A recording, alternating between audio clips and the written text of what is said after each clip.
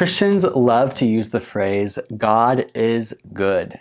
And rightfully so, because it's true and it's right for us to proclaim the wonder and the majesty of God's goodness. But the problem is that this phrase often becomes cliche to where we say it or we repeat it, but we don't often reflect on what it truly means, how amazing it really is to say that God is good. I'm Caleb Latta, and this is 6-Minute Theology, where you can learn simplified theology for your everyday life. And today we're continuing our study of God's attributes by looking at the attribute of God's goodness. And I hope to portray this in 3 fresh ways. The first is that God is goodness itself. Secondly, that God is the highest good of every creature.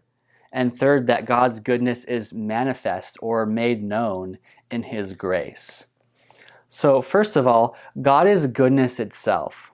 Now what does this mean? It means that when we say God is good, we're not simply describing Him with an adjective, like we say ice cream is good or this person is a good person. No, when we say God is good, we mean something in a completely different category than anything else. We don't simply mean that God acts virtuously or that God is pleasant like ice cream. He is Himself the ultimate good. Theologians like to talk about how God is the sum of all perfections, which means everything good has its source in Him, that everything perfect is found in Him. God is the definition of what it means to be good. He is the final standard of what it means to be good. So now that we understand that, we can see the next point, that God is the ultimate highest good of every creature. Not just humans, but even animals, even the rest of creation. In Psalm 104, it talks about the beauty and the glory of God's creatures. It talks about land animals like lions. It talks about sea creatures like leviathans. It talks about birds. And it says that all of these creatures, they all look to you, God, to give them their food in due season.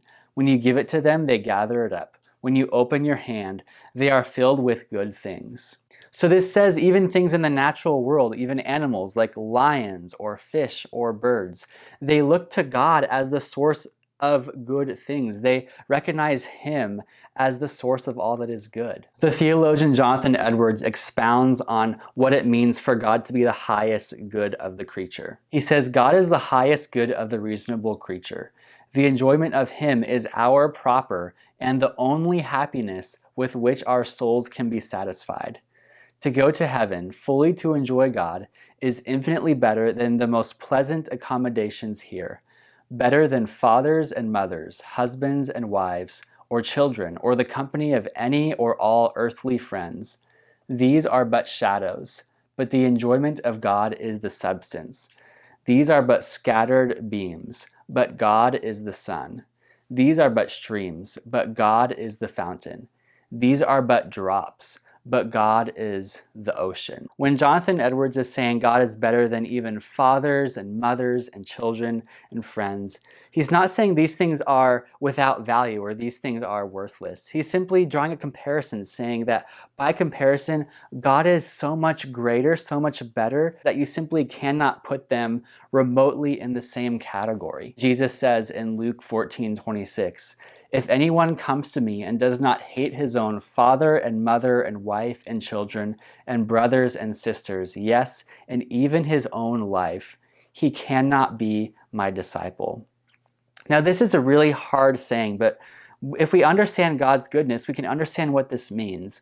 It doesn't mean that you should literally hate your father or your mother or your brother or sister or yourself. Those things truly are valuable. It's simply saying that God is so much more valuable, that your love for God should vastly eclipse all those things, because God is the only person in whom our soul can truly be satisfied. He is the ultimate good of every creature.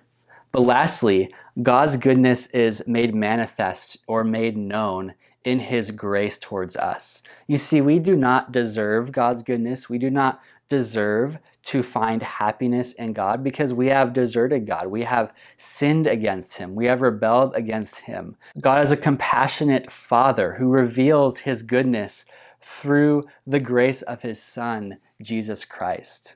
We see this in 1 John chapter 4, verses 8 through 9.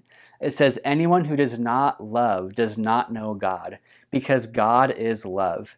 In this the love of God was made manifest among us, that God sent his only Son into the world, so that we might live through him." We cannot experience love, we cannot experience goodness, we cannot experience life apart from God, because God is the source of all those things.